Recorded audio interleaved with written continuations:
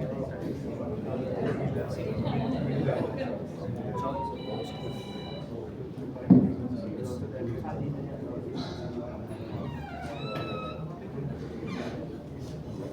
evening and welcome everyone to the third Inspire series of KMA for this year. We'll start with a silent prayer.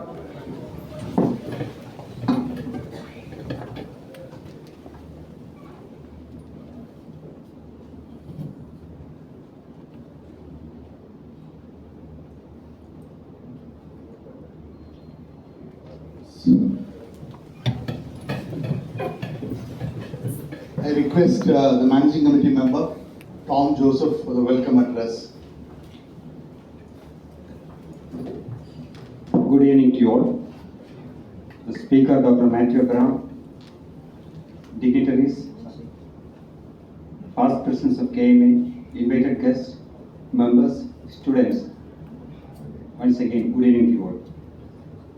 At the start of the year, the President Bibu had an idea of, along with the program committee chair, that every month there should be an Inspire series lecture in KMA. So I had little doubts. I had little doubt whether what's the point of Inspire series that all veterans of management are here, why we should inspire them again. But then see what's happening in the recent days. It's almost exactly a month the devastating landslide and all those challenges happened in Wayanad, and the other news. I mean, I'm convinced that we should have Inspire series meeting time to time. The Chingam has come, Onam is around the corner, always used to get good news and good weather these days. And in my childhood, my father used to take me for a movie or two during Onam every year. And that was the time he used to take us for dining outside, mostly masala dosha. But then last few years I was keenly watching all the advertisements coming on the newspaper, the movies which is getting released in Onam. But of late, all the news from the cinema is not that encouraging. So that tells me more that we should have more Inspire series. Let me come to some positive talk. Let me stop the negativity here. Recently in WhatsApp and Insta there was very viral information right up about Gabi Thomas. Most of you might have read that Gabriela Lisa Thomas. How many of you remember Gabriela Lisa Thomas? Very few, 2 or 3 hands. I'll take 2 minutes to speak about Gabi Thomas. Gabriela Lisa Thomas, born in 1996. She did her graduation at Harvard in global health and neurobiology. And later she did her master's from Texas Health Institute in public health and epidemiology.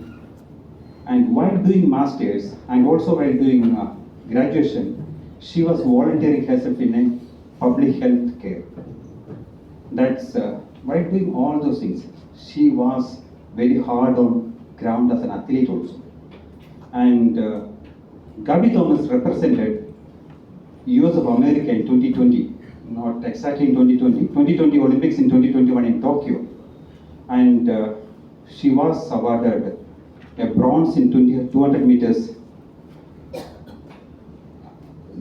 200 meters sprint, and also she had bagged a silver along with others in 4 into 100 meter relays. And again in 2024 in Paris, she was won gold in 200 meters. So I mean to say here that there are extraordinary all-rounders. In studies, in volunteering health service, and in athletes also. Why I thought of Gabi was because we have a similar all-rounder here as a speaker today, Dr. Mathew. So, and he will be introduced a little by the program committee chair. Dr. Mathew Abraham is well respected, renowned neurologist in this part of India. And in addition to medicine, he's a renowned speaker, and he's very respected in his English literature, travel, history, poetry, whatnot. And he's a sought-after public speaker in diverse topics. Sir, I welcome you to this lecture. In the absence of our President Bibu, our Program Committee Chair, Aljays Khalid is chairing this meeting, along with our Joint Secretary, Anil Verma. I invite you all to this meeting. And past presidents of KMA, members, invited guests, students, I'm sure this meeting is going to help you in a major way. Welcome you all once again to this meeting. Thank you.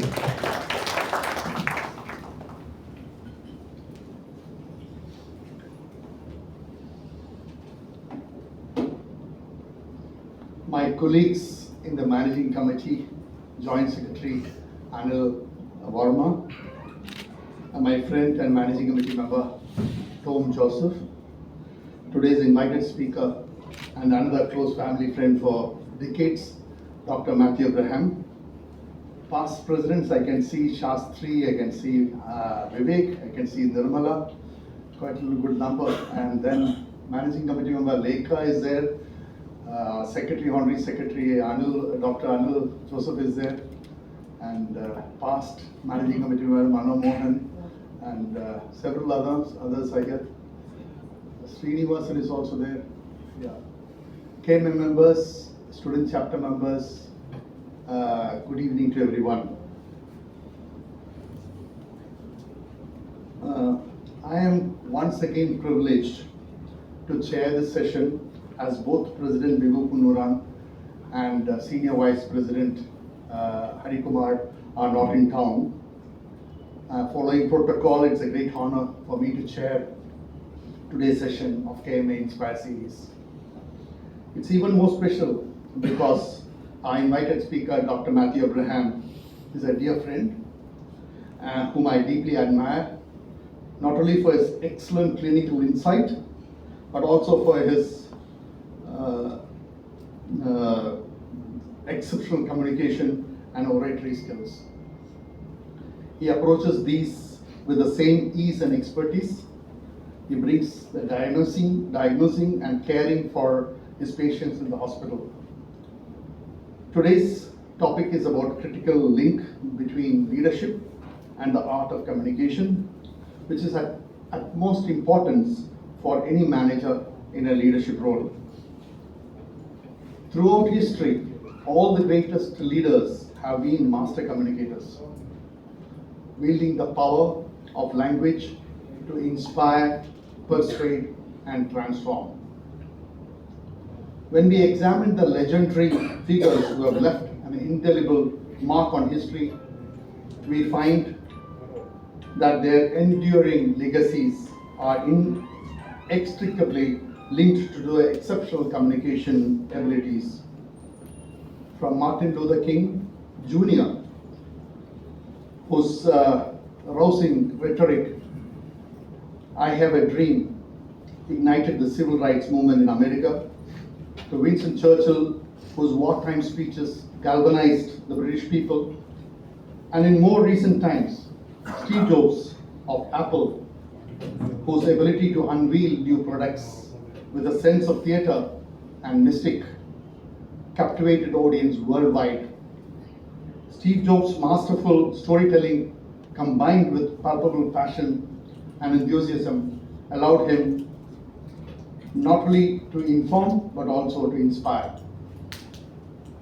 Closer to home, we have seen the communication mastery of our beloved Prime Minister, Sri Narendra Modi. He has cultivated a unique rapport with the common man through his popular Man Ki Baat, where he speaks on conventional colloquial manner, sharing personal anecdotes, acknowledging everyday concerns, and empowering the masses with a sense of being heard and understood. His legendary rally cries during election campaigns marked by catchy slogans, effective repetition, and masterful body language have proven him to be a consummate campaigner, able to garner fervent support and cement his political mandate to the sheer force of communicative abilities. All these leaders understood that words possess transformative power. My friends, effective communication is not merely a nice-to-have skill for leaders, it's an essential prerequisite for making a true impact. Through the artful use of language, we can connect with our audience, speak to the heart and minds, and galvanize them towards a common vision. So, what are the key elements that allow great communicators to wield such power and influence? To help us explore these elements today, we have one of the best communicators I have known for over decades, Dr. Mathew Abraham. Currently head of the department and the lead consultant in the Center of Excellence in Neurology at Aster Medicity, Kochi. I have known him ever since he and my wife, Dr. Zarina, were colleagues in several hospitals together, and they have followed their medical practice from Indira Gandhi Hospital in the 90s to Lakshmi Hospital, and now for nearly a decade at Aster Medicity. He is a highly accomplished and acclaimed neurologist and the fellow of the Royal College of Physicians, London, and his area of expertise include headache, dementia, and Parkinson's disease. Dr. Abraham also teaches postgraduate courses for the membership of the Royal College of Physicians, FRCP, and the Diplomat of National Board of India, DIP&B, at Aster Medicity. Beyond medicine, Dr. Abraham is highly sought after, prolific speaker with diverse interest in English literature, poetry, history, travel, teaching, and of course, public speaking on a wide variety range of topics, especially on leadership. Indeed, he is a rare breed of physician. We are truly honored and grateful to him for agreeing to be with us this evening, leaving his busy practice to address on leadership and the art of communication. So fellow KMA members, let us listen to our invited speaker and get inspired to become like Grandmasters of communication. In doing so, we will not only enhance our own effectiveness, but also inspire others to greatness and forge a future that is worthy of highest aspirations. Please sit back and enjoy listening to our distinguished speaker, Dr. Mathew Abraham, MD, DM, FRCP. May his words inspire all of us. Over to you, sir.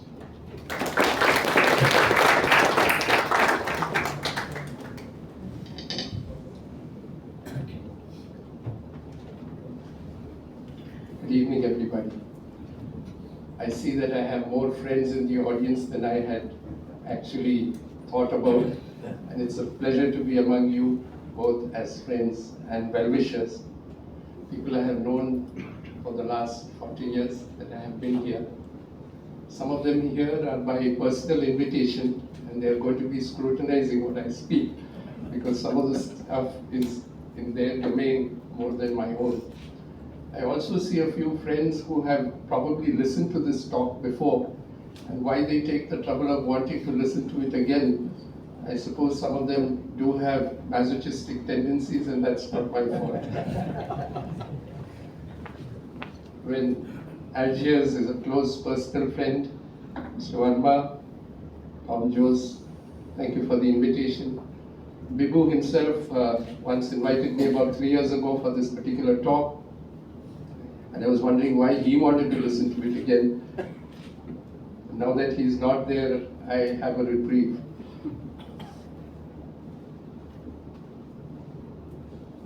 Leadership to me is the ability to persuade another person to your point of view. And it involves many, many aspects, because leadership is not a quantifiable entity. It involves many, many aspects of human behavior, of interaction, of persuasion, of knowledge, of communication skills, and many other things which are not really able to be measured that makes a leader. It's not necessarily the person who stands first in class or knows most about a particular subject who is a leader. If you go back to your school days, you will find, and looking back, all the people who stood first and second in class may be doing well in life. The people who are doing really well are people who are sitting at the back of the class, not making the marks. And there would be a person who would be 5th, 6th, 10th, but he would be the most mischievous boy or girl in the class.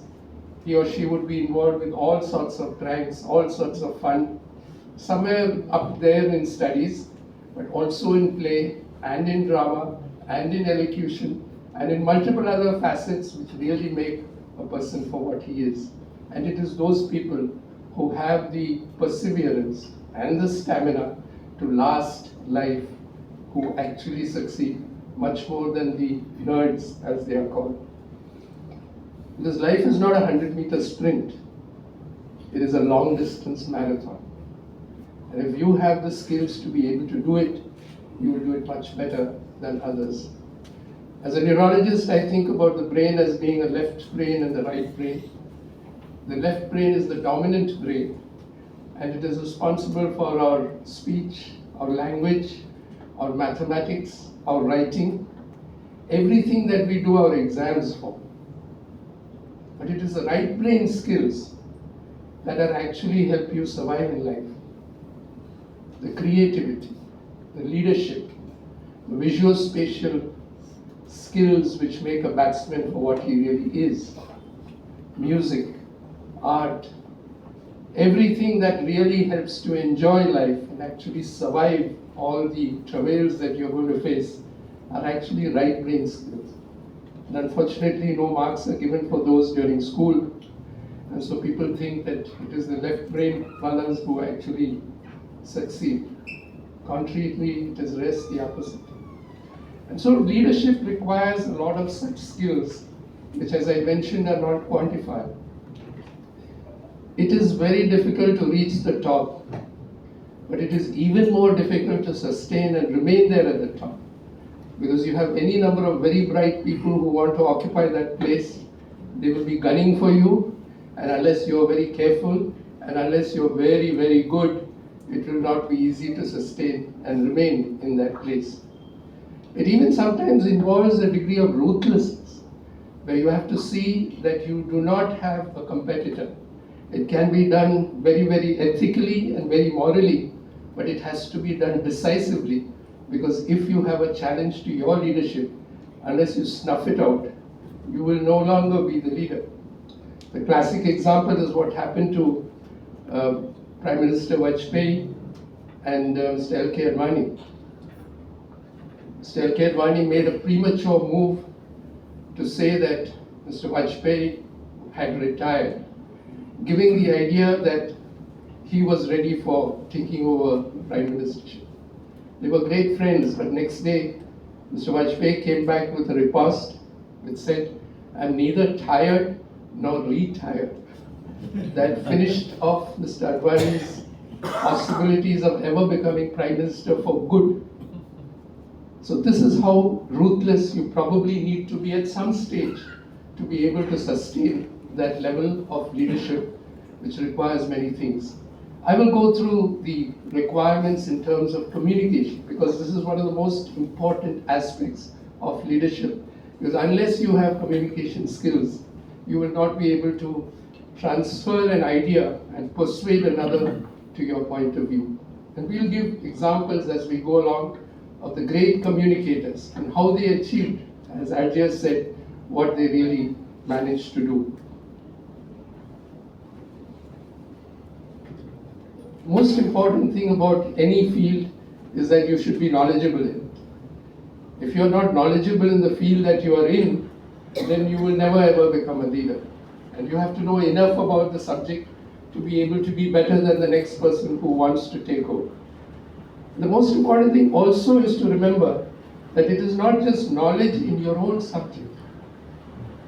That of course you would do. I always joke to my wife because Zina is sometimes I feel a competitor to my neurology practice because by sheer association for so many years and listening to the stories, she threatens occasionally to take over my practice. If a jackass was sitting in my chair for 40 years, he would surely know some neurology. Otherwise, he wouldn't survive. But that is not all that is to life.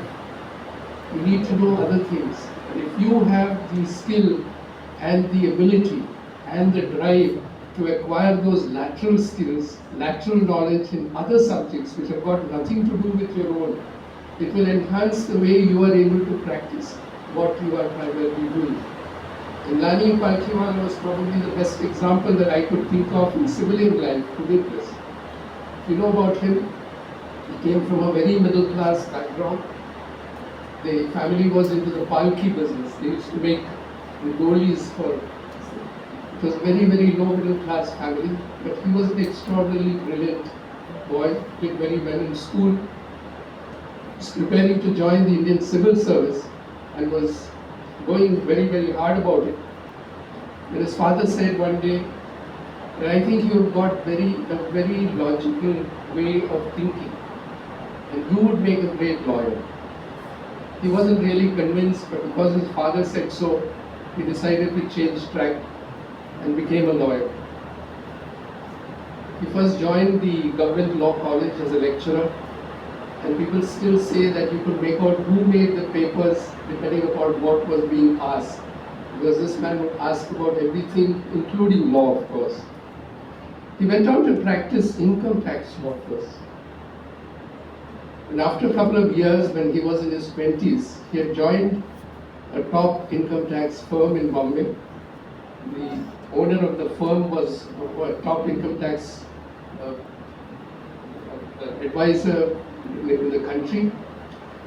And one day he goes up to his boss and says, would you mind if I include you as a co-author for a book on income tax that I'm writing? And he replied that, Nani, if it is you, I have no problem whatsoever. And in his 20s, he wrote a treatise on income tax, which even after 75 years remains the Bible of all income tax advisors.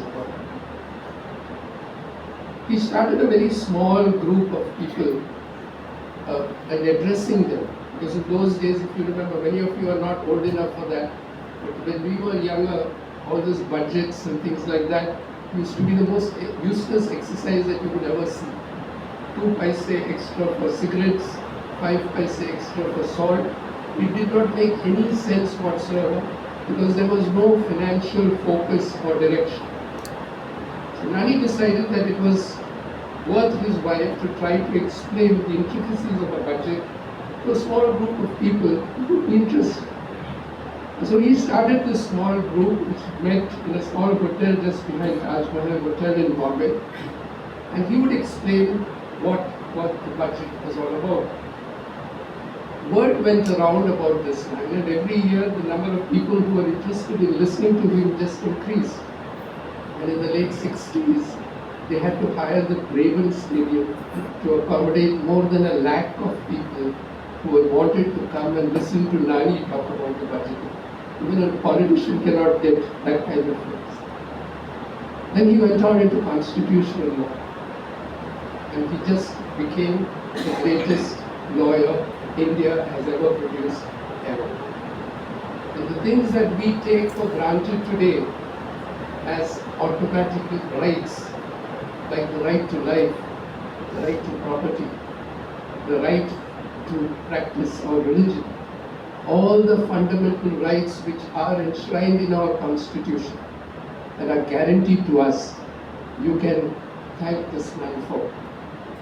The 2 landmark cases called the Golaknath case and Keshav Kamalki case, where he argued before the Supreme Court for 26 and 33 days at a stretch, establishing that in a democracy, the legislature can change the constitution, but it can never touch your fundamental rights. So that we are a free country today, and that we are free citizens practicing what we want, we can thank him for. But he was just not only a constitutional lawyer. He was such a widely read person that there was not a single subject that he didn't know something about. He was a speaker par excellence. He became India's ambassador to the United States. He was a champion of company affairs. He was a chairman of ACC. He was an advisor to Tata Sons, a manager par excellence again. But it was the range of his knowledge that really impressed. There is a story that he was in Edinburgh for a business meeting, and the local law society heard that he had been in town, and they sent him an invitation saying, "It would be our honor if you address us." And he accepted the invitation and goes on to give us a brilliant speech on why Britain should have a written constitution. The English law minister drove all the way from London to Edinburgh just to listen to this man speak. At the end of the speech, there was loud applause, and they all came to him, congratulated him, and asked, "Can we have the manuscript of your speech?" He says, "No, I spoke extemporaneous."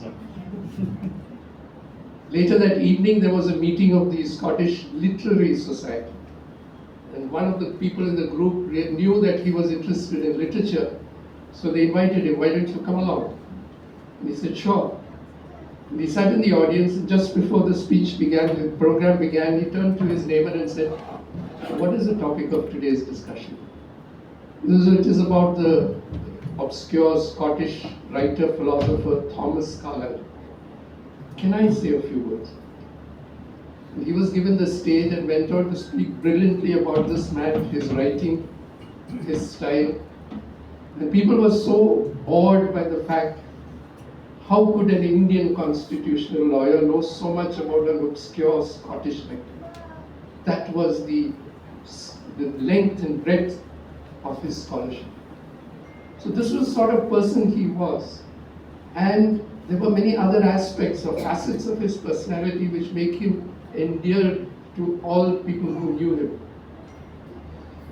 2 days after he died, there was a little note, a letter to the editor in the Hindu. I don't usually read that, but when I looked at it, I found that the writer was Dr. S. Badrinath, who was the person who set up Shankar Netralaya. So I read it, and he said, Mr. Palkiwala had invited me for dinner once, and I spent a whole evening explaining to him what we were trying to do at Shankar Netralaya. He gave me a very patient hearing, gave me a very good dinner, and then escorted me back to my car. And just as I was getting in, he handed me a small envelope, and he said, "A small personal contribution for your work at Shankar Netralaya." I didn't look at the envelope. I hadn't opened it till I reached home, and then I found that it was a personal check for 2 crores of rupees. Nobody would have known except for the fact that Dr. Badrinath had published it in the newspaper. So here was a man who was so multifaceted, who was such a polymath. We don't need to be people like him. That is left to the geniuses to do. But surely you can broaden your own interest in a way that goes beyond your little profession or your viewpoint, that helps you become a better person, it helps you become a better human being, and in the process you will achieve much, much more than you can ever think if you limit your point of view into a telescopic, narrow-minded way. He's a great example. Harry Truman. If you look there at the bottom, on the table, there's a little plaque that says, "The buck stops here. I take responsibility." If you know about the background of Harry Truman, he was an obscure haberdasher. I didn't know what a haberdasher meant. I looked it up once and I found that he's a person who used to sell knitting needles, sewing thread, things like that. He was chosen, he became the senator from Missouri, and he was chosen as Franklin Delano Roosevelt's last vice presidential candidate. According to the American system of ruling, the vice president is just an add-on to, he doesn't have any real role. And probably Roosevelt's reason for choosing him was to keep him in that position. Roosevelt was the only American president who has won 4 presidential elections in a row, right from 1932 till his death just before the end of the war in 1945. But suddenly, in April of 1945, Roosevelt died of a massive hemorrhage, and he was suddenly catapulted into the presidential chair. Many of you would have seen the movie Oppenheimer and the Manhattan Project. It was such a secret project that even the vice president did not know about it. And he had to be actually briefed after he became the president about this whole project. And of course, there was victory in Europe in 3 weeks' time after the thing. It was in May of 1945. But the war in Japan hadn't finished. So there was still the war to be completed. And that was when the atom bomb was invented, Oppenheimer and his entire team in the Manhattan Project. And during a conference, he was secretly told that we have the atom bomb. And the choice was whether to use it or not, because there was an ethical component to this whole thing. Do we as a nation have the right to kill thousands of people just to end a war? Paradoxically, Harry Truman always said that the decision to bomb Hiroshima and Nagasaki was not his toughest decision. He said at that stage, the question was whether it would be American lives lost or Japanese. And they had estimated that if they had invaded mainland Japan, there would be a casualty rate of about 700,000 American troops. And he said that was not acceptable. And this was the way to end the war. And that is why he took this decision. So that is one side of it. But he did many things after that. In 1948, if you know what happened in Germany, Germany was divided into 2, East Germany and West Germany. Berlin was right in the heart of East Germany. And that was divided in 2 as West Berlin and East Berlin. But the Russians under Stalin had guaranteed that they would have access by road and by rail and by air. He had gambled that it would just fall into his hands later. In 1948, he just stopped everything. Railway lines were cut off, the roads were cut off, and he assumed that Berlin would fall into his hands like a ripe apple. Harry Truman would have nothing of it because this was the beginning of the Cold War. And he decided that he would take up the gauntlet and take up the challenge. And so he decided that Berlin would be supplied by air because that was the only way it could be done.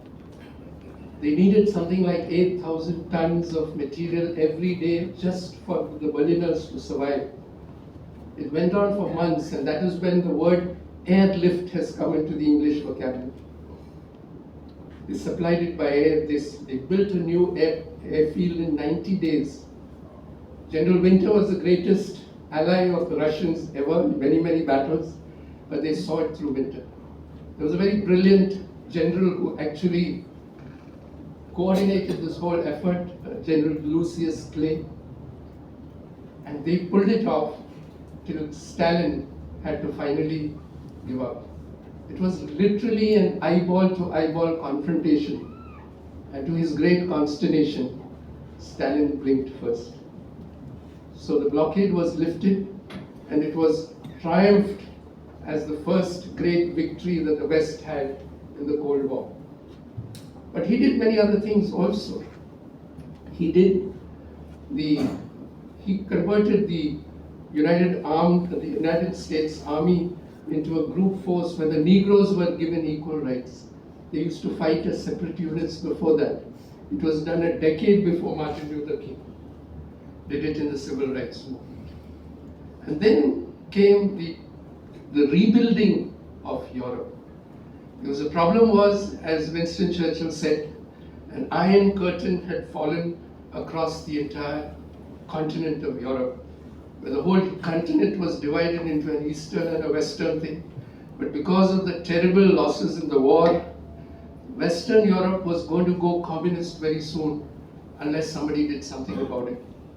And that is when this man decided to initiate what was known as the European Economic Revival Plan, better known today by the eponymous name, the Marshall Plan. It was executed by his Secretary of State, General George Marshall. And this is the reason, because of the support that the United States gave to Europe, to Western Europe, under the leadership of President Truman, that Western Europe still remains a bastion of democracy. But the greatest and toughest decision this man took, and it just tells you how decisive he was in critical situations, was the sacking of General MacArthur. This was during the Korean War, in which MacArthur was in charge, and he kept shooting his mouth off because he thought he was a prima donna, and he thought he knew more about military affairs than anybody else in Washington, and so he used to periodically shoot his mouth off, and he had been repeatedly warned that he should not do it.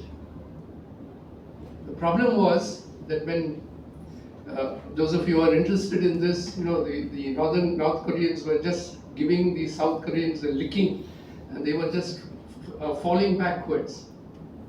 And then this man, MacArthur, came up with this brilliant strategic move for the Incheon landing, where he landed on the west coast of Korea and cut across Korea, as a result of which the North Koreans had to flee back. But he went chasing after them, and the Chinese were threatening that if you go beyond a certain parallel latitude, what they said was the Yalu River, they would attack. And Truman was always afraid that he would start a third world war because of this. So he kept warning MacArthur that don't exceed your brief. But this man was too proud a person to listen. And because he exceeded his brief, because he wouldn't listen, MacArthur sacked him. He was at the height of his popularity. He was a very great general, and yet he was unceremoniously sacked. And the only reason he gave was that in a democracy, it is the elected government that has got control of the military. It was a great rule to establish, but whether it was terribly controversial at that time, but nevertheless, in retrospect, that rule still holds as it does in our own country. So when we talk about decisiveness, you talk about Harry Truman.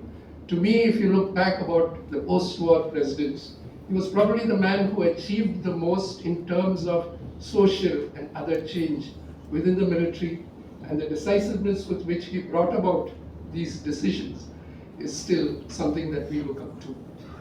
So you need to be multi-talented, knowledgeable, and you need to be decisive to be able to communicate. When you come to the language of communication, you can't ever think of anybody except Winston Churchill. He was born with a silver spoon in his mouth. He was a very, very rich person. And because of his connections, because of his knowledge, because of his skill, he had a fairly easy path into politics. During the First World War, he was made First Sea Lord of the Admiralty. And being a very brilliant man, if you know what he did during that time, he introduced the air war, he changed the way ships were being, instead of having steamships, he wanted to have other type of locomotion as far as ships were. So he was a very, very progressive person. But one of the most interesting and very revolutionary steps that he took in the war was the Gallipoli landing, where the plan was to land Australian and New Zealand troops in the Dardanelles, basically with the idea of cutting off the Straits of the Dardanelles, because that was the only access the Ottoman Turks had from the Black Sea into the Aegean Sea. The plan was brilliant, but it was executed very poorly, as a result of which hundreds, thousands of their troops died and they had to withdraw. The Turkish troops held the heights, and they were commanded at that time by a very young officer called Kemal Atatürk, who later on became Pasha of Turkey. But it was an ignominious defeat for the English, and Churchill had to resign his post as first Sea Lord of the Admiralty. Later on in the war, he was given some minor posts. He became Chancellor of the Exchequer later on in the 20s, but made a mess of that also. And so he remained in the political wilderness for almost 15 to 20 years. In politics, a weekend is a long time, too long, and you can talk about 15 years in the wilderness. Point was, he used that time to write, and some of his most beautiful writings, for which he was eventually awarded the Nobel Prize for Literature, were during that time. But that was a time when the European forces, England, France, all of them, they were terrified of having another war. And so they were willing to accommodate any nonsense from anybody just to avoid a war. It was known as the policy of appeasement. So they would appease, okay, let's not have war. So in 1922, Mussolini came into power in Italy, and he was fascist, and nobody objected. In 1928, Stalin came into power, and there was no objection from the West. In 1936, there was the Spanish Civil War, and Franco came into power, and nobody said anything. And every time it was just appeasement. And in the meanwhile, Hitler started using his influence. He was voted into power, then he became a dictator in 1933, and then the Nazi rule came in, and they still kept on appeasing because they were so terrified of having another war. And then finally, it was the turn of Austria, and subsequent to Austria, Hitler demanded Sudetenland, that is the area of Czechoslovakia which was adjacent to Germany. He said that the German people living there should have their rights, and therefore they should become part of the great German Aryan nation. And everybody was still terrified because Austria had been given up, and here was a person who, Chamberlain was the prime minister at that time, and he was dithering as to what needs to be done. And finally, he blinked. He went across to Munich, in that infamous Munich Pact of October 1938, where he signed literally a surrender. He allowed Czechoslovakia to be divided without the consent or even getting the Czechs into the picture. And he came back with this piece of paper, waving it at the airport, saying, "Peace in our time." And he was hailed as a great hero. And it was only Winston Churchill who kept, for the last 15 years, he railed against the English policy. He said, "What you are doing is wrong. You should not do this. There is a limit to appeasement." And nobody would listen to him because nobody wanted war. And then, on the 1st of September 1939, after coming to a very scandalous agreement with the Russians, Hitler invaded Poland. England and Poland had a deal or an agreement where if you attacked Poland, England would come to their rescue. So the 3rd of September 1939, many of you would have seen the movie The King's Speech. A state of war exists between His Majesty's government and the government of Germany. And as a result, a huge expeditionary force went from England to France to prevent Hitler from expanding his realm. They just sat there in France. There was no war. It was known as the phony war, or the Sitzkrieg, the sitting war. So from September of 1939 to May of 1940, there was no war. Everybody was happy. But in the meanwhile, Hitler took over Norway and the English had to retreat. And that became a terrible insult to the English, and Chamberlain had to resign in disgrace. Suddenly there was no government. And who do you ask to be Prime Minister? Because there was nobody with any credibility, Winston Churchill was asked, because he was the only person who kept on telling the government for years that their policies had been wrong. He was not a very popular choice. There was a lot of opposition within the Allies themselves. Chamberlain was still gunning for him. But he took over as Prime Minister on the 10th of May, 1940. That is when Hitler struck. He started the war again.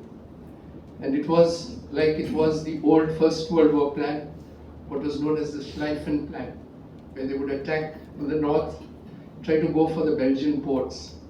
They had anticipated, the Allies had anticipated it, and the British Expeditionary Force under Lord Gort went to stop them from reaching the Belgian ports. On the 13th of May 1940, Winston Churchill rose to address the Parliament in his first speech as Prime Minister. At that time, the war was going well for the Allies. They thought they would still be able to beat Hitler. And Churchill speaks, "I will tell the House what I told my cabinet. I have nothing to offer but blood, toil, tears and sweat. We have before us an ordeal of the most grievous kind. We have before us many, many long months of struggle and of suffering. You ask, what is our policy? I can say it is to wage war by sea, land and air with all our might and all the strength that God can give us, to wage war against a monstrous tyranny never surpassed in the dark and lamentable catalogue of human crime. That is our policy. You ask what is our aim? I can reply in one word, victory. Victory at all costs. Victory in spite of all terror. Victory however long and hard the road may be, because without victory, there is no survival." It was one of those great, great speeches which inspired a nation. And then it struck, disaster struck. Contrary to what the Allies had planned, Hitler opened a southern front. It was a tank attack through the Ardennes forest, which was not supposed to be tankable. It was not of the impregnable Maginot line. They crossed the Meuse River, took over Sedan, which was the old site of the Franco-Prussian War in 1871, where the French had suffered an ignominious defeat. And after having conquered Sedan, they broke into open country, racing for the coast. It was literally at 40 miles away. The British were caught in a pincer movement and they had to fall back. The Germans reached the coast at Calais and the pincer was slowly closing in. There was only one way to escape, and that was this little port of Dunkirk, the French port. Many of you would have seen that movie, Dunkirk. It talks about one sailor, one boatman, one person who was rescued, and one airman. Churchill called his brilliant assistant, Admiral Bertram Ramsay, and said, called for all ships, anything that can go across the channel, to go and get our boys. And so it was that there was a whole mobilization of a fleet of everything, yachts, schooners, anything that could go across the channel, just to get our boys. The soldiers were picked off first from the harbor. When the harbor was bombed, it was off the beaches. And when the beaches were also bombed, it was off from the sea. And if you see some pictures of that, they're iconic pictures of people standing neck deep in water and a small boat coming alongside and these people being picked out of the water. In their wildest dreams, this was Operation Dynamo, in their wildest dreams, the British thought that they would be lucky to get about 50,000 people away from France. Because of Hitler's dithering and his first strategic mistake in the war, the period was extended. They managed to get 350,000 people off that thing. It was a terrible defeat and retreat, but nevertheless, you had 350,000 able, trained people who were alive to fight another day. And once he had got his boys back, once more Churchill spat defiance. Even though large tracts of Europe and many of the great states have fallen or will soon fall under the grip of the Gestapo and all the odious apparatus of Nazi rule, we shall not flag fail. We shall go on to the end. We shall fight in France. We shall fight on the seas and the oceans. We shall fight with growing strength and growing confidence in the air. We shall defend our island, whatever the cost may be. We shall fight on the beaches. We shall fight on the landing grounds. We shall fight in the streets and in the fields. We shall fight in the hills. We shall never surrender.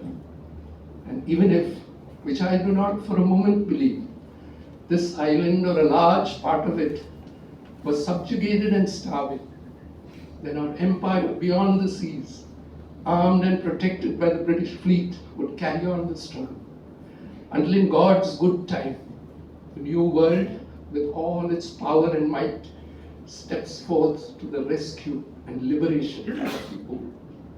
What sort of inspirational language is that? It's amazing. And it brought out people literally waiting for an invasion out of their despair. And soon after, it was time for the Battle of Britain. And once more he addresses the nation. As General Weygand said, the Battle of France is over and the Battle of Britain is about to begin. For Hitler knows that if he does not defeat us on our island, he will lose the war. Let us therefore brace ourselves to our duties and so bear ourselves that if the British nation and the Commonwealth last for 1,000 years, men will still say this was their finest hour. And he handheld Britain through those early desperate days, the fall of France, the Battle of Britain, the loss of El Alamein, the loss of Singapore, the famous ships, Prince of Wales and Renown, and it was defeat after defeat after defeat. And he still kept them egging on that we will still win, we will fight. Till the turning points of the war, the hinge of fate, as he talks about it in his book, says, and then the victory started. Tobruk and El Alamein, and subsequently the invasion of Italy, and of course the retreat of the Germans from the Russian front, and went on to D-Day on the 6th of June 1944, and then victory in Europe. He literally handheld them through the greatest existential time in their history. And when he won, of course, it was a great personal triumph. When he died in January of 1965, the bells tolled in homage and the guns boomed in salute. His catafalque was drawn through the streets of London. They were being pulled by units of all the armed forces. Waiting at St. Paul's Cathedral was the Queen herself. It was the first time that royalty had deigned to attend the funeral of a commoner. The entire funeral service had been planned by Winston Churchill himself under the title Operation Hope Not. His body was subsequently taken in a barge across the London docks, and for the first and only time, the booms of the cranes in London docks dipped in homage, because a lot of the bombing which took place during the Battle of Britain was at the dock end of London, and he was there to encourage them. His body was taken in a train and, according to his wishes, buried in a church graveyard where his parents were buried. And as the coffin was lowered into the grave, a lone Spitfire flew across and dipped its wings in gratitude for what was the ultimate tribute to the Royal Air Force, to where the pilots of the Royal Air Force had literally fought Göring's Luftwaffes to a standstill and therefore thwarted the invasion of Britain. Never in the annals of human conflict has so much been poured by so many to so few. Because nothing epitomized that man and his communication skills and his power to inspire than the moral of his story, which is in his 6-volume magnum opus, The History of the Second World War, where he says, in war, resolution. In defeat, defiance. In victory, magnanimity. In peace, goodwill. He was voted the greatest Briton of them all in 2002. That was Winston Churchill and his communication skills and the language that he took it. Those of you who have seen The Darkest Hour, there's a thing where Chamberlain was gunning for him, and then he made the speech I quoted, and Chamberlain recognized that he was defeated. He turns to his friend Lord Halifax and says, we are lost. He took the English language into battle. That's how beautiful it was. Winston Churchill, he had his warts and all. He was a racist. He was many, many things. Many people can criticize him. But as a wartime leader, probably there was no parallel. Only this is for you and Sunil. You would wonder what this is all about. Many of you would have been to London. Many of you would have been to London. If you go to Buckingham Palace, right behind Buckingham Palace is Marble Arch, and beyond Marble Arch is Trafalgar Square. That's the picture of Trafalgar Square, and right in the middle of Trafalgar Square is Nelson's column. If you go down to the base, you will see the 4 great battles that Nelson fought. Battle of Cape St. Vincent, Battle of Abu Qir and the Nile, Battle of Copenhagen, and Trafalgar. If you look at, I put that picture deliberately, there's a very brooding Nelson at the top. He's got his sword in his left hand, and you might wonder what's happening to his right hand.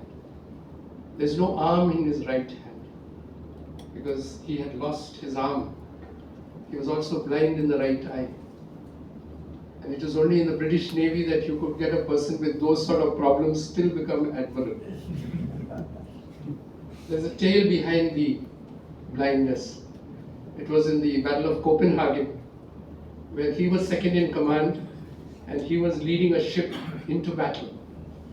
And the admiral realized that in the thick of the battle, he had no chance. And he sent up a signal to withdraw. The flag officer came to Nelson and said, "Sir, there is a signal to withdraw." Nelson takes the telescope from his hand, puts it to his blind eye and says, "I see no signal." That is how the phrase, turning a Nelson's eye to a situation, has come into the English language. It means literally that you turn a blind eye, but metaphorically it means much more. So you turn a blind eye, you refuse to accept overwhelming odds, bash on regardless, and still come out victorious. That was the sort of person he was. And then it was 1805, 21st of October, when he had his forces against Napoleon's combined French and Spanish fleets.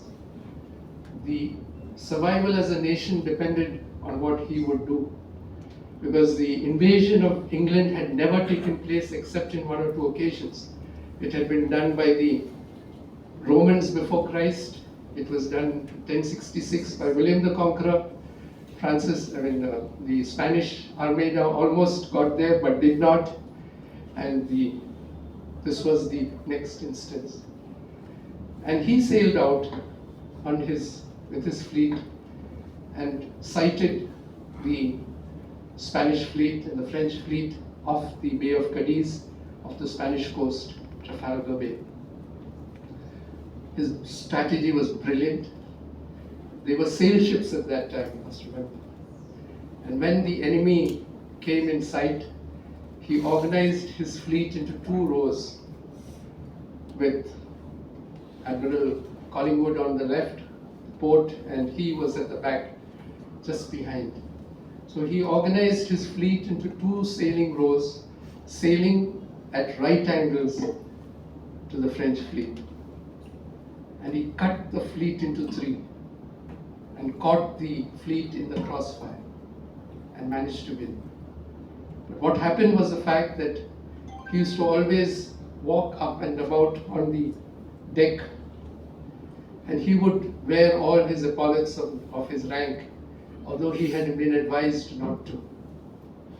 And a sniper caught him from an enemy ship, and he was wounded in the height of the battle. His aorta started leaking. He was taken below deck, and there he kept track of what was happening in the battle. Every now and then his flag officer Hardy would come to him and report. He says, "Have we won?" "Not yet, sir." "Have we won? Have we won?" It went on till finally he said, "We won the battle, sir." And he dies in Hardy's arms, saying, "Thank God I have done my duty." When news of the victory at Trafalgar reached London, the headline said, "We've lost Nelson." But small little thing which said, "Victory at Trafalgar." But the most beautiful thing was just before the battle, and I did not mention it, was the signal that he gave to the troops. When battle was about to be joined at Trafalgar, he sent up a signal which became the most famous signal, naval signal of all time. "England expects every man will do his duty." It created a rousing reception and response from the sailors, and they fought with greater vigor than ever before, and that is what carried the day. So you can do the same thing, not just with language, but with body language also. And that is what Nelson did. You might wonder why Brutus is on this list.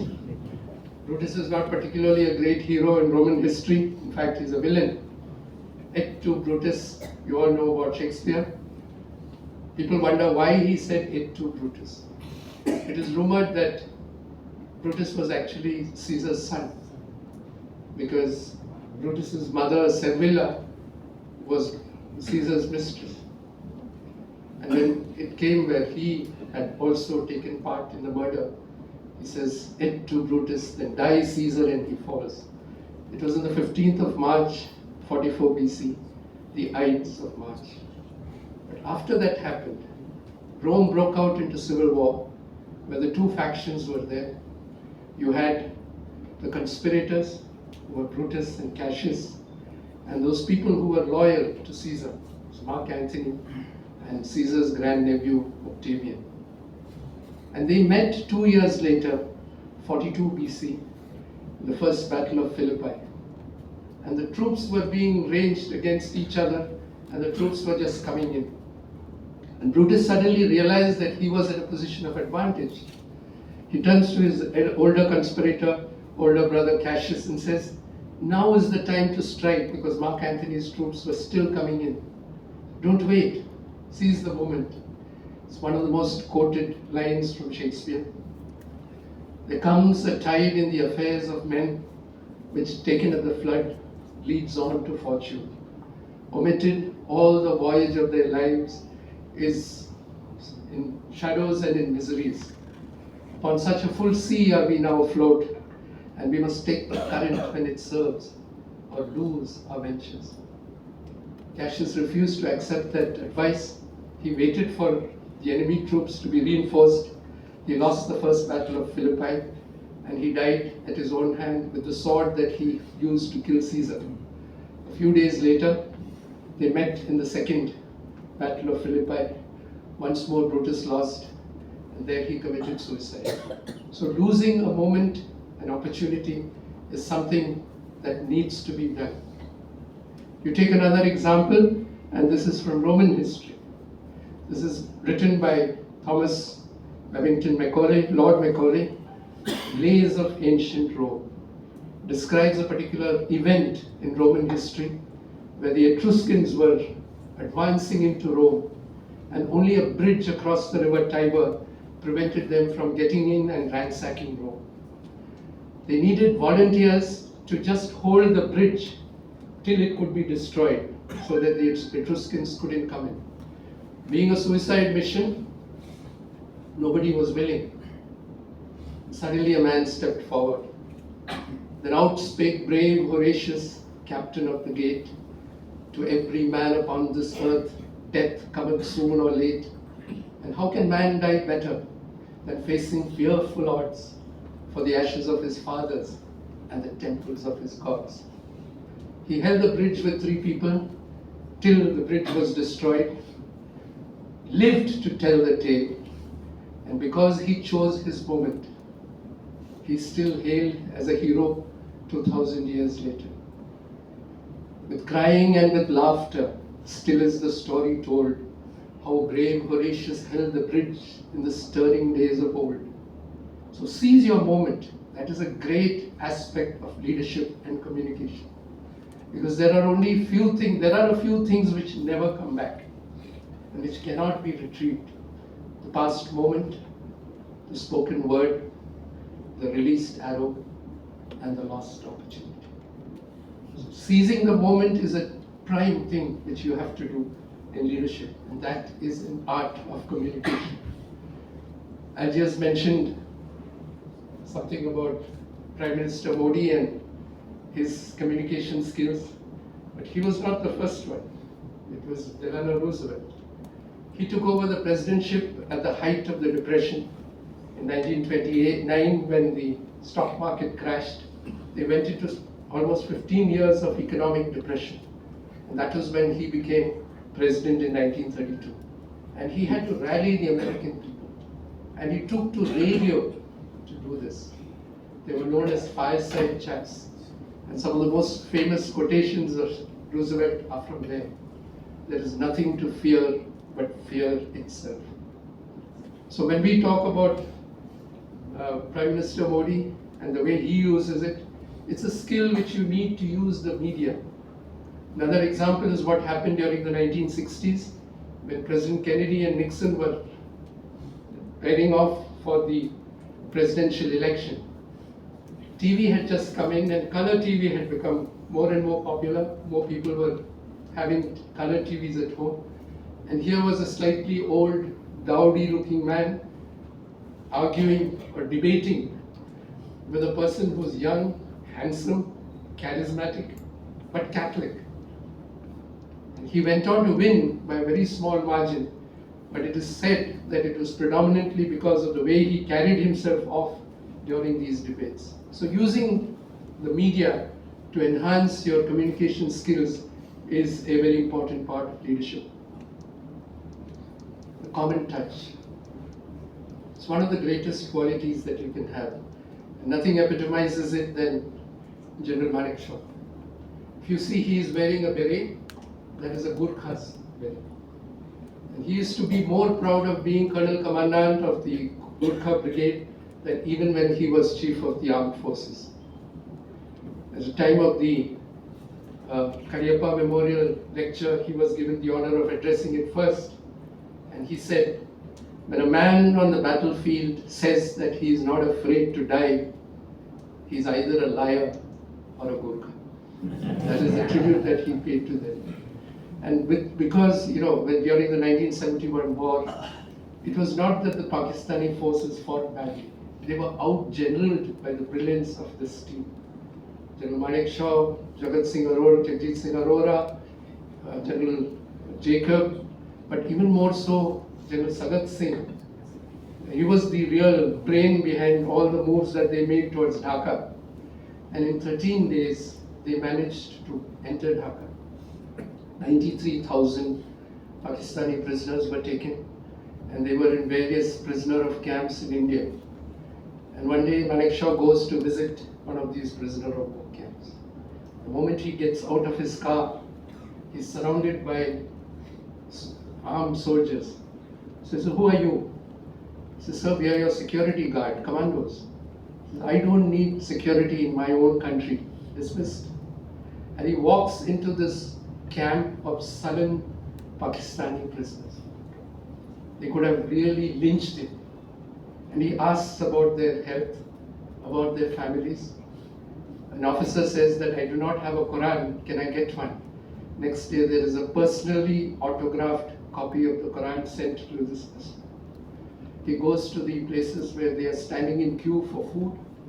And he says, "Can I taste it?" And he stands in the queue with the Pakistani prisoners. He goes to the place where the toilets are being cleaned, and he extends his hands to the bungis who are there. And nobody would dare to shake hands with him. He says, "Aap mujhse haath nahi milaoge?" And they extended it. And when he was about to go, he was surrounded by Pakistani troops. And one of them, with tears in his eyes, salutes and says, "Sir, now we know why you won the war." Couldn't have been a better tribute than that because of this man's common touch. So be the same to everybody. Treat everybody the same, and you will be highly respected as a leader. Brevity. My speech is longer than it should be, but I'm talking to you about brevity. Abraham Lincoln said famously once, "For a speech to be immortal, it need not be eternal." So he was bedeviled by the fact that he had lousy generals. There was one general after the other he had to replace. One of the generals was George McClellan. He was fired twice and got back thrice, till finally told me towards the end of the war or the middle of the war that he got some good generals. General Grant, Sherman, was the one that okay, doesn't matter. So this was the 1st of July 1863, where the Confederate and the Union forces met in a small place in Pennsylvania. There was a carnage, but eventually, for the first time, the Northern forces won a great victory. It was on the 1st, 2nd, and 3rd of July 1863, so that on the 4th of July, they could celebrate United States Independence Day. A few months later, in November of the same year, Abraham Lincoln traveled in a train to this place in Pennsylvania. And there he made an address to the troops, to the people assembled. 77 years ago, our fathers brought forth onto this continent a new nation, conceived in liberty and dedicated to the proposition that all men are created equal. We are now engaged in a great civil war, testing whether that nation or any nation so conceived and so dedicated can long endure. We are met on a great battlefield of that war to dedicate a portion of the field as a last resting place to the many who gave up their lives that that nation might live. It is altogether fitting and proper that we do this. All of 2 minutes later, he gives a clarion call, a rousing end, something that rings through the ages after that. That we here highly resolve that these men shall not have died in vain, that this nation under God shall have a new birth of freedom, and that government of the people, by the people, and for the people shall not perish from the earth. The Gettysburg Address, all of 3 minutes. One of the greatest speeches ever made. Photography was very primitive at that time. There was a very famous photographer called Mathew, and he thought he had enough time to get his equipment together because the speech would go on. Before he could get anything, the speech was over. And there is no official photograph of the Gettysburg Address. Compare this to what happened with Krishnaman. He was our representative in the United Nations, and he boasted.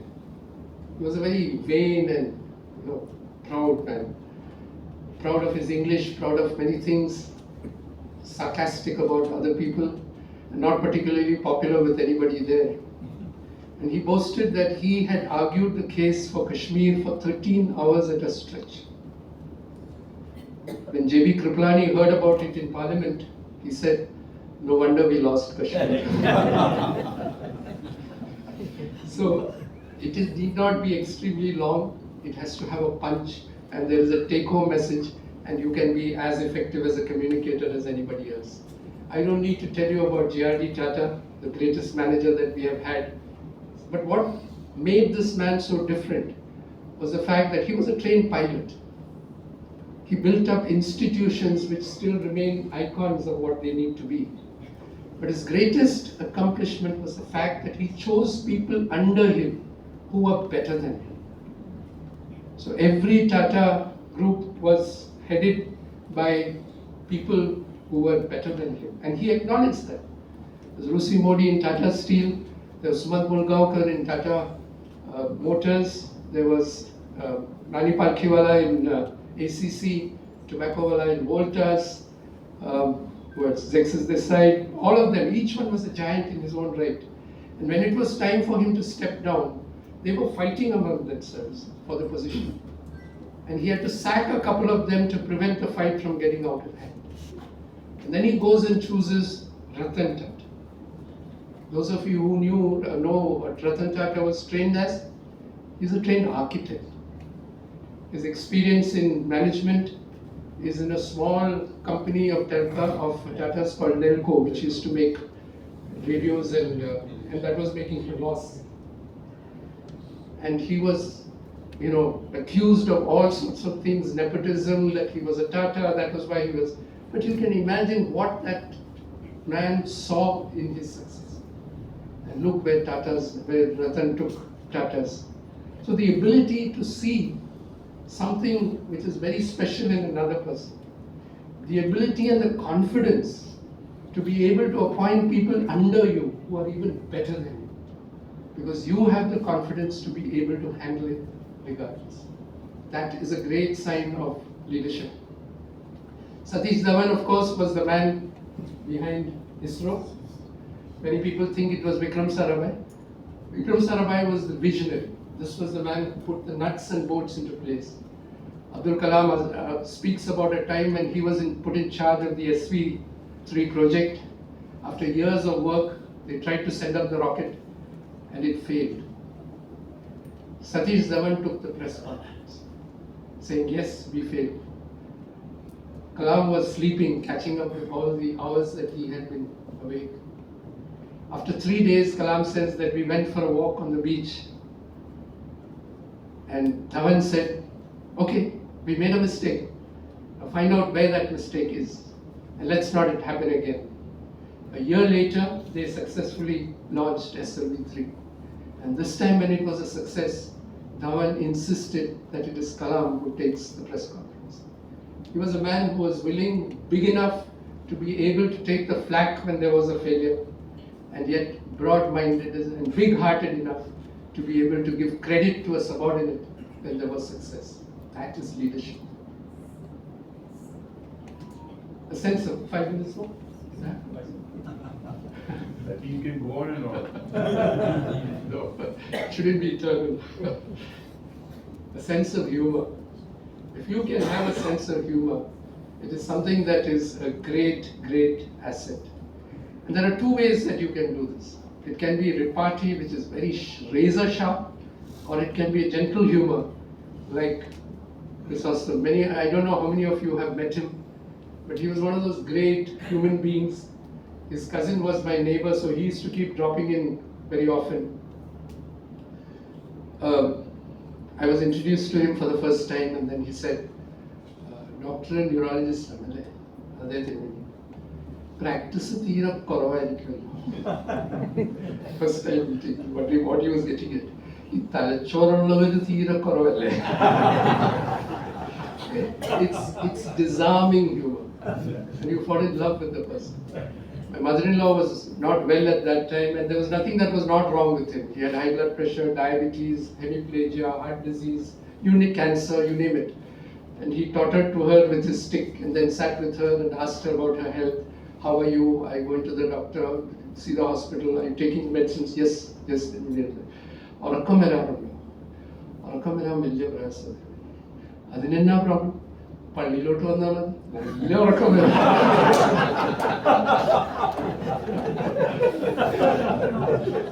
And you couldn't catch him out. There's one story in which recently I heard about. He was on a public, I don't know, many of you would know the story of Lot and Abraham. Lot was in a place called Sodom, and it was a very evil and wicked city. And God decided that enough is enough, and he wanted to burn the city with fire and brimstone. But because these people were the only God-fearing people, he gave them a chance to escape. So Lot was told that he should run away from the city, but on one condition, with his family. You should not look back. And that is what exactly they did. Unfortunately, the lady could not contain her curiosity. So halfway in the run, she turned round. And the Bible says that she turned into a pillar of salt. But nowhere in the Bible is Lot's wife's name mentioned. And in a public platform, Chrysostom Tirumeni was asked, Lot in the Bhairiyada Perariyav. So he was stumped for half a second. Then suddenly he turns to the inquisitor and asks, നിങ്ങളുടെ കല്യാണം കഴിഞ്ഞതാണോ? അതേ തിരുമേനി. പിന്നെ വേറെ വല്ലവരുടെ ഭാര്യ എന്തിനാ?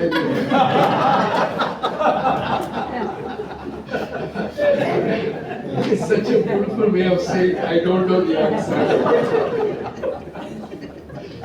But there is another side to repartee, and that is especially good when you are at the top of leadership. This is a different kind of leadership. You love people like that, because the way they are so gentle, they are disarming, and you end up loving them for all their human qualities. Winston Churchill was the master of the other art. Instantaneous replies which finished off this person. And that you need in politics. Many of you would have heard the story of him and Nancy Aster. Nancy Aster was the first lady parliamentarian. She was a very, very rich heiress, and she used to have very famous parties in Cliveden, which was their home. The elite of England and Europe were all invited, and Winston Churchill was always there. They were great friends, but bitter, totally opposite in terms of their ideas and principles. One of those parties, they got into a heated argument till finally Nancy Aster said, Winston, if you were my husband, I would put poison in your coffee. Nancy, if you were my wife, I would drink that coffee. Another time, another party, another LP, lady LP, Winston got drunk, and this lady comes up, the hostess comes up to him and says, Winston, you're drunk, and you, madam, are ugly. I will be sober in the morning. So you finish off. He and Attlee would never get along. They were temperamentally poles apart, and he was very shocked that he lost the election immediately after the war. So he says an empty taxi reached 10 Downing Street, and Clement Attlee got out of it. So he had ways and ways by which he could do. So the ability to hit back in a way that is either razor sharp and finishes off a person. You hoist this man on his own pitcher, or you do it gently where it is disarming. But that is a great asset, the ability to. And finally, how you use emotion. You can use emotion to your advantage when it comes to communication. You might wonder why I have put this man's name. Many of you would have read the book Freedom at Midnight, and this incident is spoken about. He was preparing his speech for Independence Day, and suddenly he gets a phone call. And he comes back from the phone call in tears. He says, my beloved, Lahore is burning. Communal riots had broken out all over the country, and Lahore was especially close to his heart.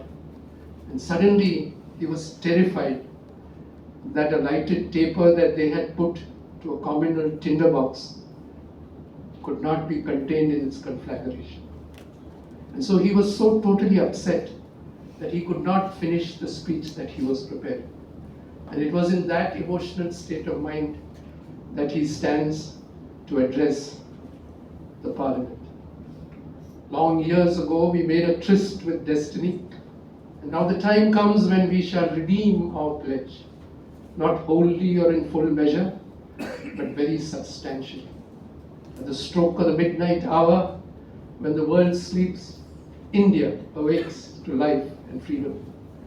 A moment comes which comes but rarely in history, when we step out from the old into the new, when an age ends, and when the soul of a nation, long suppressed, finds utterance. It can't be better than that. And so you can use different ways by which you use emotion to your advantage. It can even be death. That's what happened with Nelson at Trafalgar. That's what happened to Delano Roosevelt at the end of the Second World War. That's what happened to Mahatma Gandhi. Only an assassin's bullet could have stopped the communal madness that was going all over the country. And so even death conveys a message of totality, of finality, of a mission, of a life mission accomplished. So when we talk about the different aspects of leadership and the communication skills that are needed to be right there on the top, it is epitomized best in a favorite poem of mine. If many of you would love this, if you can keep your head when all about you are losing theirs and blaming it on you, if you can trust yourself when all men doubt you, but make allowance for their doubting too, if you can walk with kings and if you can talk to crowds and keep your virtue, or walk with kings nor lose the common touch, if neither foes nor loving friends can hurt you, if all men count with you but none too much, if you can bear the truth you've spoken, twisted by knaves to set a trap for fools, or see the things you gave your life to broken, and stoop and pick them up with borrowed tools, if you can dream and not make dreams your master, if you can think and not make thoughts your aim, if you can meet with triumph and disaster and treat those two impostors just the same, if you can force your heart and nerve and sinew to serve your turn long after they're gone, and so hold on when there is nothing in you except the will that says to them, hold on. If you can fill the unforgiving minute with 60 seconds worth of distance run, yours is the earth and everything that's in it, and which is more, you'll be a man, my son. Thank you for a very patient hearing.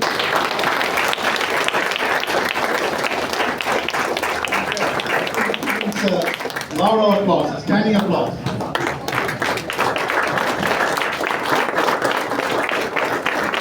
That was real epitome of storytelling. History from history, and he covered all aspects of leadership, which what leaders needs to have, and learning from the great Grandmasters. Thank you very much. Really appreciate it. Everyone was sitting still, even though time had exceeded.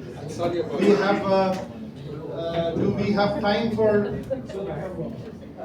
I think since we have already reached quite a lot of time, I think we will have question and answer post the meeting, and I can have interaction with them because it's very late. One question, sir. Sir, if I allow the rest of the people also. Yeah, okay, thank you. Yes. Sir, considering all the qualities you mentioned about leadership, right from beginning to the end, can you identify an Indian in 2024 who satisfies at least 75% of those qualities? Second question, sorry, sir, is the world is moving more and more towards dictators all over the world. I won't go into details, you know it. Could you explain the reason behind? I don't know enough about this to be able to give you a rational explanation, but you will never have a leader who is totally great.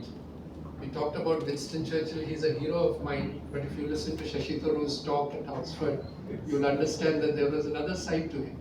He was a racist, he was a bigot, he called Mahatma Gandhi a naked fakir. He allowed 3 million Bengalis to die from the famine because it was artificially created. But what I meant about him was his wartime leadership. We could never get a leader, nobody would have won. See, one of the interesting things which I forgot to mention was the fact that it was a top secret that he was bipolar. Only a man at the height of his mania could say that we are going to win this war when invasion was imminent. There were times when he was so depressed that he couldn't say a word, and he had understudies do his speeches for him. So you can imagine the sort of impact that it would have had if that secret was out. It was only in the 90s that these people who did those speeches for him came out and said of the woodwork and said that we did those speeches for him. So people say that he won the war in spite of the fact that he was a bipolar. He probably won the war because he was a bipolar. Nobody, only a madman could have said this. But the point is you use your talent to, so it depends on which type of leader you're talking about. Do you need decisive, razor-sharp leaders like Winston Churchill in times of war? And at the same time, immediately after the war, he lost the election to his great surprise. There was a press conference and his wife Clementine was sitting and she said, actually it's a blessing in disguise that we lost the election. And he says, but it is very effectively disguised.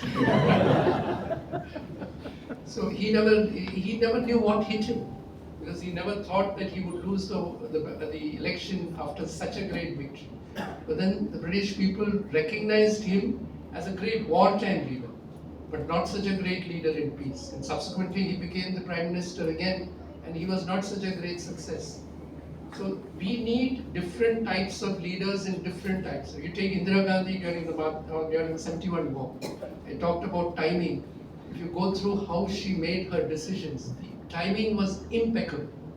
She got it right every time, and that was one reason why we won that war. When the surrender was signed at Dhaka, everybody wanted her to now start it in West Pakistan. And she said, no, this is where we stop, because we never wanted to occupy West Pakistan.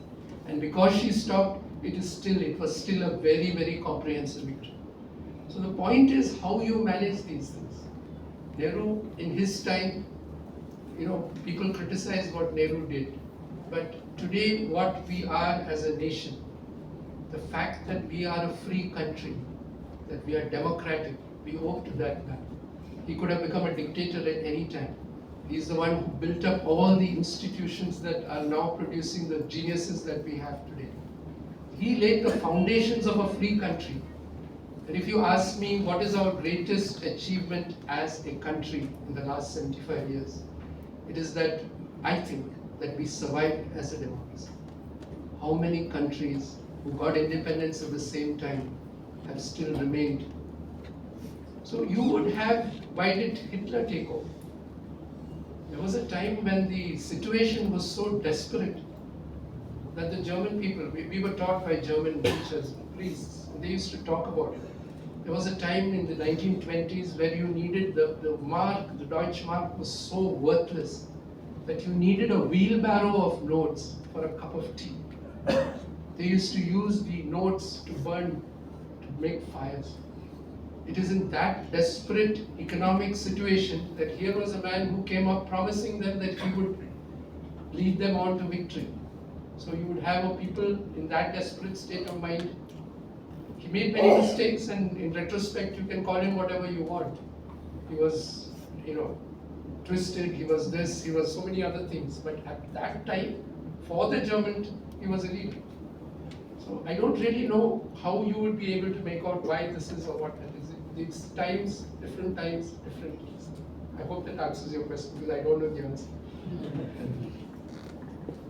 So now I request the Joint Secretary Anil Verma to propose a vote of thanks.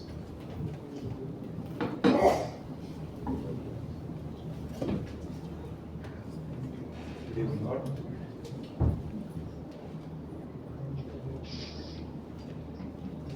evening. There's an announcement. Two cars, KL07 AX2460 and KL07 CA5350. I think that is blocking the way. Please do the needful. Good evening all. And Dr. Mathew I think നന്നായിട്ട് പറഞ്ഞെന്ന് പറഞ്ഞാൽ അതൊരു അധിക പ്രസംഗമായി പോകില്ല ഞാൻ പറഞ്ഞില്ല. So what a fantastic talk. And I don't want to extend, and I have two doubts. One is, what did you study in medical college? Study or medicine? And second question, and your left brain or right brain? It's better. Excellent. And I have no other words to thank you.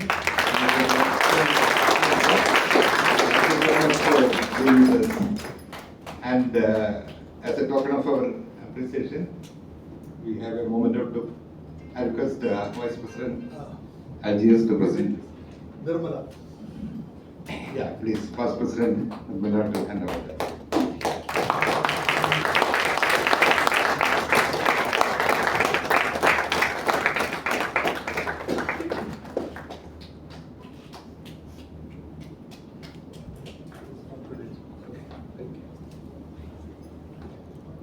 And one more announcement. The next week there's a talk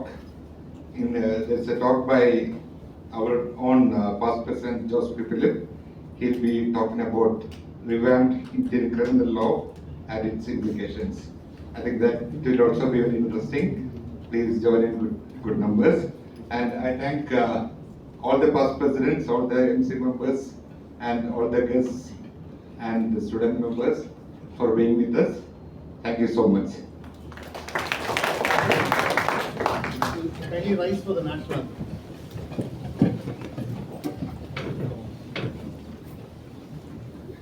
Jana Gana Mana अधिनायक जय हे भारत भाग्य विधाता पंजाब सिंध गुजरात मराठा द्राविड उत्कल बंगा विंध्य हिमाचल यमुना गंगा उच्चल जलधि तरंगा तब शुभ नामे जागे तब शुभ आशीष मांगे गाहे तब जय गाथा जन गण मंगलदायक जय हे भारत भाग्य विधाता जय हे जय हे जय हे जय जय जय जय हे